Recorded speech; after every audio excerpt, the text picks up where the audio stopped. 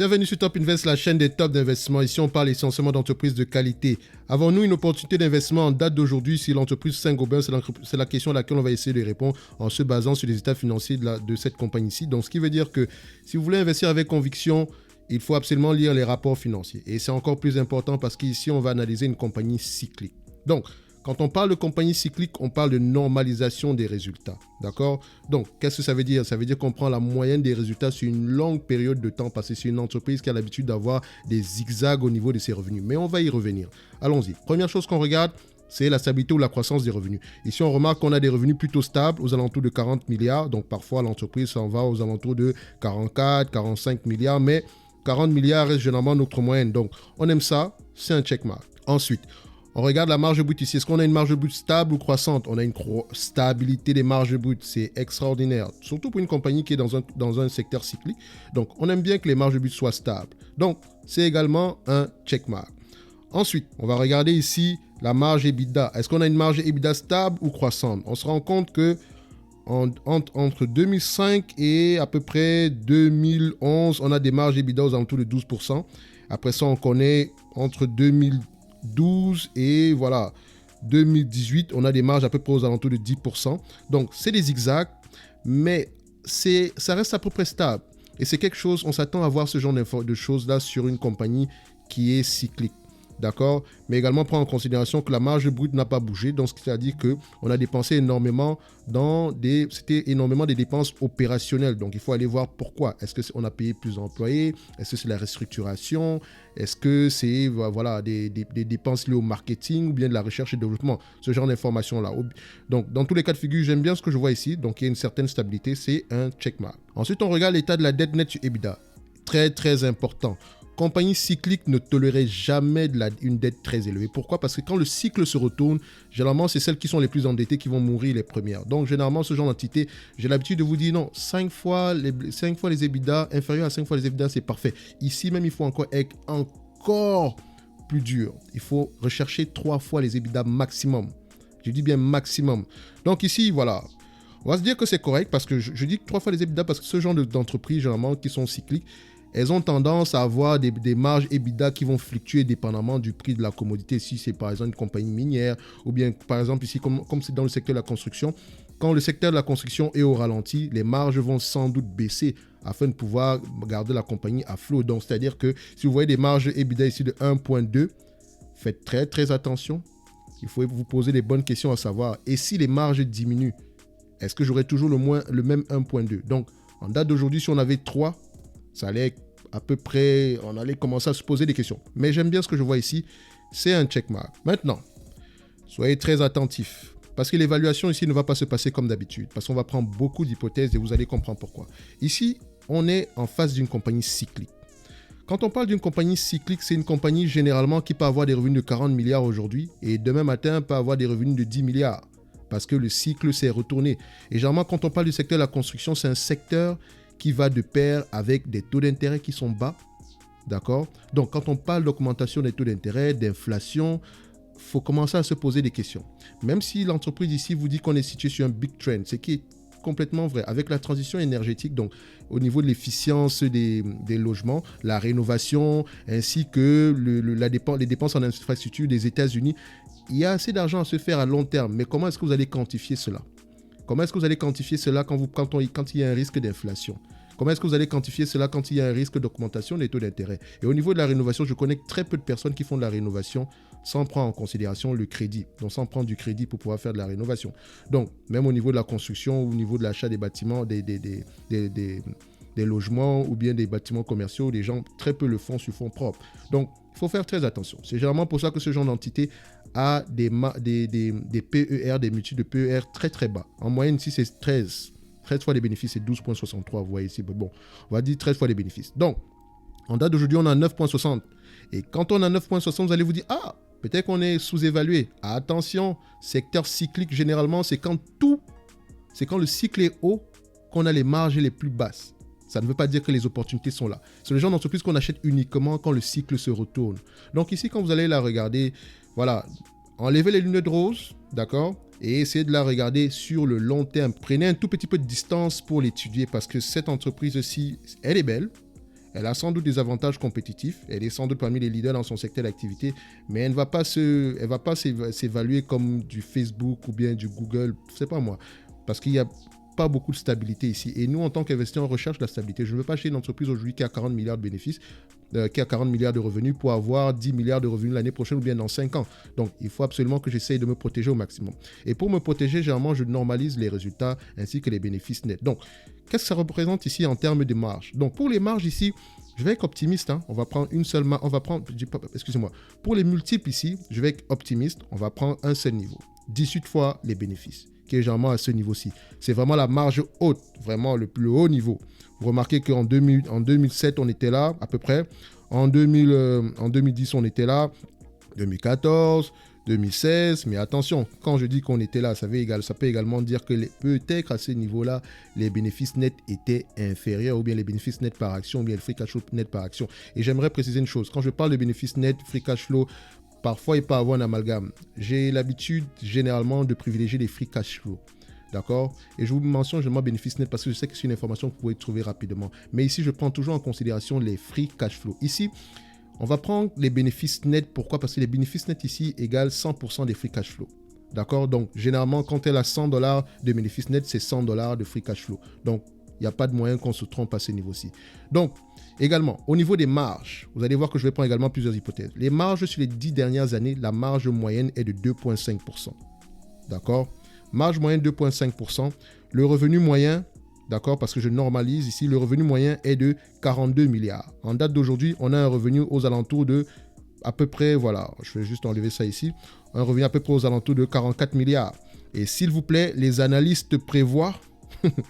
Ça me fait rigoler. En fait, c'est pas que c'est impossible. Ils prévoient à peu près 51 milliards en 2024 et 47 milliards en 2022.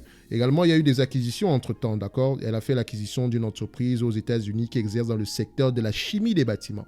Donc, tout ce qui est étanchéité, protection des ossatures, isolation, ce genre de technologie-là. Dans tous les cas de figure, c'est généralement des secteurs d'activité où il y a des marges élevées, mais c'est également des secteurs cycliques parce qu'ils sont liés au secteur de la construction. Donc, ça reste cyclique. Donc, ici, vous voyez que les analystes prévoient 47 milliards en 2022, 51 milliards en 2024. C'est bien, c'est possible. Mais à la fin de la journée, qui ne me dit pas que après 47 milliards, on va plutôt retrouver 30 milliards, ou bien après 51 milliards, on va retrouver 20 milliards. Donc, c'est bien ce qu'ils disent. Mais je vais me fier à ce que moi j'ai vu dans le passé et ce que je vois présentement. Également, ils prévoient des marges de 6%. En termes de marge bénéficiaire, je vous rappelle que ça, c'est une entreprise qui a du mal généralement à garder ses marges stables. En moyenne, ses marges sont aux alentours de 3%. Quand on prend en considération une période allant jusqu'en 2005, c'est 3% à peu près. En 2021, année exceptionnelle. 2020, année problématique. 2019, voilà, on pouvait comprendre, c'était le début du Covid. Donc, prenez ça en considération, les analystes, ils pensent ce qu'ils pensent, mais pour avoir un avis général, il faut lire absolument le document de ces analystes et vous n'y avez pas accès, vous avez uniquement accès à des chiffres. Imaginez que vous tombez sur un analyste qui avait un peu bu. C'est un exemple, hein. Je ne dis pas qu'ils sont comme ça. Imaginez que vous tombez sur un analyste qui est un tout petit peu trop optimiste et qui vous donne des chiffres pareils. Vous allez vous dire, ah ouais, il y a la croissance derrière, mais tout en oubliant que ça, c'est un secteur cyclique. Donc, on ne le traite pas de la même façon que tout le monde. Donc, je reviens ici. Je vais prendre des multiples de 18. Ça, c'est le seul multiple que je vais utiliser. Donc, pour ma première hypothèse, soyez très attentifs encore une fois. Pour ma première hypothèse, 2,5% de marge bénéficiaire, c'est la moyenne des free cash flow et des bénéfices nets sur les 10 dernières années. C'est la moyenne, j'ai bien dit la moyenne. D'accord? 42 milliards, c'est la moyenne des revenus depuis 2005. Où est-ce que je trouve cela? Ici. Vous remarquez ça ici? Depuis, pas en 2005, à peu près 2007. D'accord? Donc, ça, c'est la moyenne des revenus. La moyenne des revenus. Vous remarquez ici qu'on a 45 milliards. À peu près ici, on a à peu près 38 milliards. On revient ici à 45 milliards à peu près. Là, 40 milliards. Là, au niveau du Covid, on était aux alentours des 35 milliards. En date d'aujourd'hui, on est aux alentours des... Voilà, les analystes prévoient aux alentours des 48 milliards. Parce que ce que j'ai oublié de vous dire, c'est que ça, ce sont les prévisions des analystes. D'accord? D'accord? Donc, ça essaye à peu près, voilà, on reste dans une tendance à peu près de 42 milliards. Vous remarquez qu'il y a énormément de zigzags. Donc, entre le premier 45 milliards ici ou bien 44 milliards ici, on a attendu, ça c'était en 2013 à peu près. Donc, il a fallu qu'on attende 2021 pour pouvoir avoir à peu près un nouveau 44 milliards en termes de revenus. Vous voyez? Donc, on ne peut pas faire confiance aux revenus stables dans le futur. C'est très important. C'est la raison pour laquelle, quand je prends mon 42 milliards ici en termes de revenus, d'accord? 42 milliards, 2,5% de 42 milliards, ça donne 1 milliard 50. 18 fois les bénéfices de 1 milliard 50, ça donne 18 milliards 900 ici. Moi, la dette nette ici qui est de 7 milliards, divisé par le nombre d'actions, c'est 521, ça donne ici 22 euros l'action. On peut l'arrondir à 23 euros l'action. Première hypothèse. Deuxième hypothèse. Où est-ce qu'on y va? Alors, pour la deuxième hypothèse, qu'est-ce que j'ai fait? J'ai pris... Les bénéfices nets ici moyens sont de 2,50 € sur à peu près depuis 2007. C'est la moyenne, donc c'est la ligne blanche. D'accord? Vous remarquez ici qu'on est à 4 euros ici, 1 euro ici, 1 euro là, moins d'1 euro ici, presque 0 ici. Ici, on arrive à 4 euros. Donc, les bénéfices nets fluctuent énormément. Et également, les free cash flow fluctuent énormément.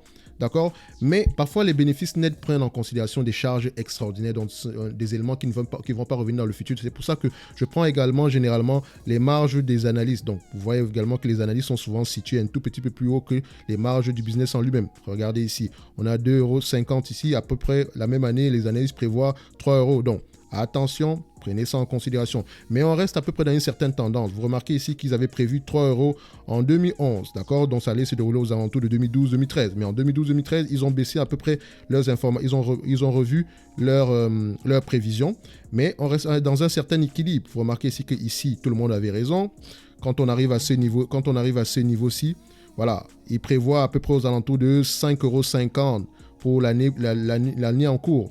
Est-ce que ça va se réaliser? Sans doute. Est-ce qu'on va revenir plutôt à un niveau pareil? Peut-être. Donc, c'est pour ça qu'on essaie de se protéger au maximum. Mais la moyenne ici est de 3,27 € pour les analystes. 3,27 € Et la moyenne du business en lui-même par rapport à ce qui a pu se passer ici, c'est 2,50 €. D'accord? Donc, on va prendre ça en considération. On va prendre les deux hypothèses. Qu'est-ce que ça donne? On revient ici. 2,50 € qui est la moyenne du business en lui-même en prenant en considération les charges extraordinaires, ce qu'on ne devrait pas faire normalement, d'accord? C'est 2,50 € multiplié par le nombre d'actions qui est 521 millions d'actions, multiplié, ça donne 1 milliard 300. 1 milliard 300 multiplié par 18 fois les bénéfices, ça fait 23 milliards 400, moins la dette nette divisé par le nombre d'actions ici, ça donne 31 euros l'action. Dernière hypothèse, 3,27 €. L'avis des analystes multiplié par 521 millions, ça fait 1 milliard 704 millions. Multiplié par le multiple ici, moins la dette nette, ça donne ici 45 € l'action. Donc, vous remarquez qu'on a essayé de satisfaire tout le monde. Premièrement, je prends la moyenne ici des marges, qui est de 2,5% sur les 10 dernières années. Ce qui aurait été mieux, c'est de prendre la moyenne sur à peu près une période de 20 ans et plus, parce que c'est une entreprise qui existe depuis plusieurs années. Et vous pouvez remarquer ici qu'il y a beaucoup de zigzags au niveau du price action. Bon, encore une fois, moi, je ne prends jamais en considération le prix d'une action pour pouvoir... Enfin, quand je dis le prix d'une action, la variation des prix pour pouvoir prendre une décision d'achat. Non, pour moi, c'est la valeur de l'entreprise qui m'intéresse. Donc, ces zigzags-ci que vous voyez, voilà, ça, c'est pour les chartistes et bien les comment on appelle ça? On les appelle les traders. Donc, c'est pas ça qui m'intéresse. Et vous remarquez que la dernière fois qu'on est arrivé à 54 €, c'était à peu près en 2008. Posez-vous les bonnes questions. Qu'est-ce qui s'est passé après? On était dans un cycle haut également dans ce secteur d'activité-là. Cette entreprise a du mal généralement à aller plus loin que ça. Donc, si je devais réagir comme un chartiste, c'est ça que j'allais vous raconter. Mais nous, on va fouiller les chiffres. On essaie de comprendre pourquoi est-ce qu'on ne va pas plus loin que ça. Peut-être qu'ici, c'est un nouveau paradigme. Peut-être que des choses ont changé. Mais très peu de choses ont changé entre-temps. En 10 ans, on est toujours à peu près aux alentours de 40 milliards en termes de revenus. Ça, c'est 2005. Quand vous regardez ici, en 2005, qu'est-ce qui se passe? 2005, c'est à peu près à cette période-ci. Donc, 40 milliards de revenus jusqu'ici aujourd'hui. C'est la même chose. Il n'y a pas grand-chose qui a changé entre-temps. Les marges ont augmenté, mais les marges également avaient augmenté à cette dernière période-ci. Vous pouvez également le voir ici. À partir de 2008, vous voyez que les marges avaient... excusez-moi. À partir de 2008, vous regardez que les marges avaient augmenté à ce niveau-ci. D'accord? Donc, normaliser les résultats, c'est le seul moyen pour vous d'investir sur Saint-Gobain. C'est une belle entreprise. On est d'accord? Très belle entreprise. Mais c'est une entreprise qu'on achète uniquement quand tout va mal. Donc, le meilleur moment d'acheter ce genre d'entreprise-ci, c'est quand tout va mal. Et quand tout va mal, on se situe généralement, voilà, 20 €, 20 €, 20 €. Si j'aimais vraiment l'analyse technique, on allait se dire que il y a de fortes chances que 20 euros soit le prix idéal pour acheter cette entreprise-ci. Et effectivement, j'allais dire la même chose, parce que si j'étais forcé d'acheter cette entreprise à un prix en particulier, j'aurais choisi le 20 euros.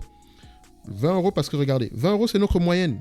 La moyenne des marges ici, on tombe à 22 euros. Mais si j'achète à 20 euros, je ne prends pas en considération la croissance des marges futures. Même si elle est temporaire, ça nous permet également de pouvoir avoir ce genre de prix-ci aux alentours des 54 euros et de sortir. Ça, c'est si vous réagissez comme un trader.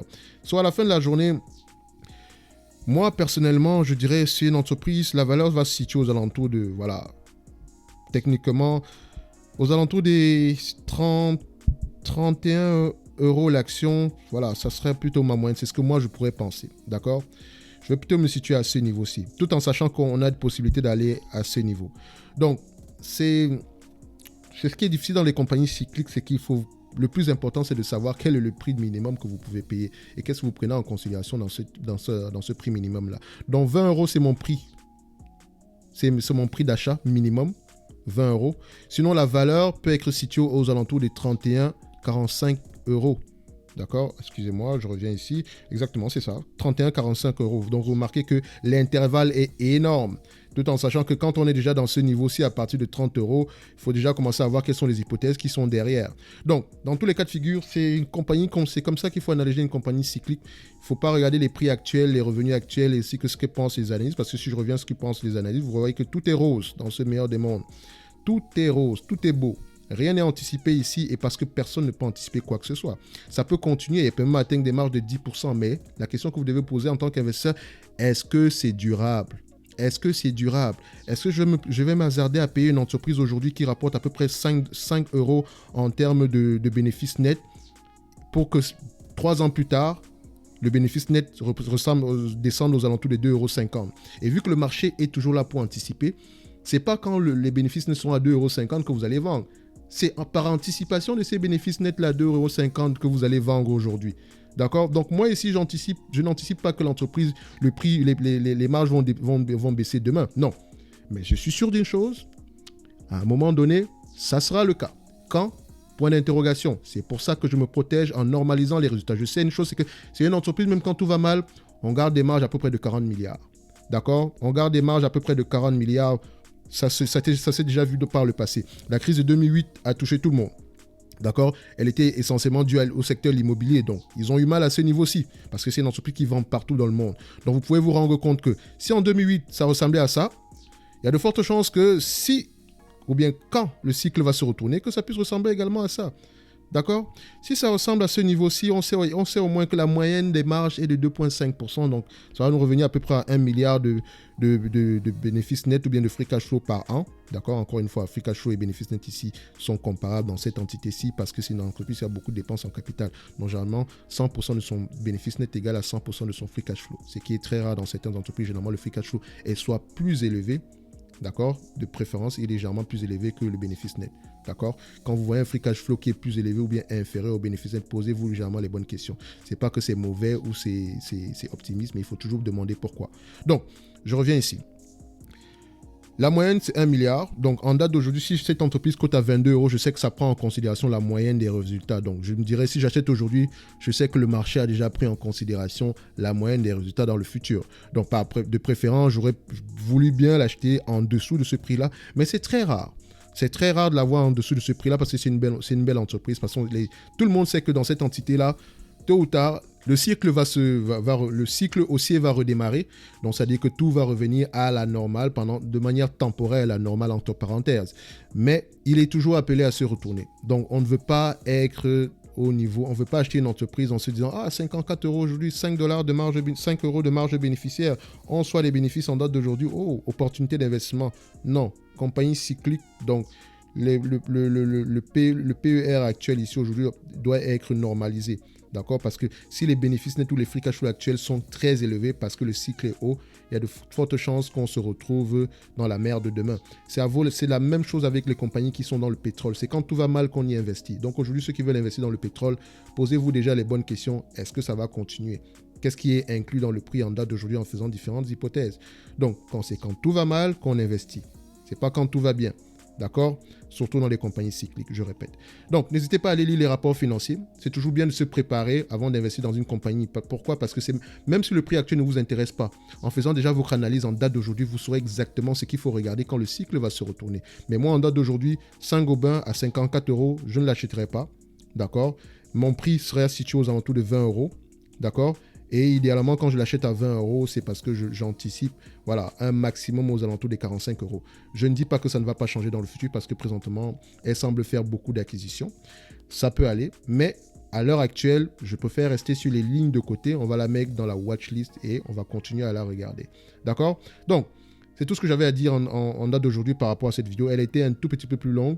Bon, je parle beaucoup, mais bon, à la fin de la journée, je pense que ça va servir à tout le monde. Donc, on se donne rendez-vous à la prochaine vidéo et d'ici là, portez-vous bien. Merci.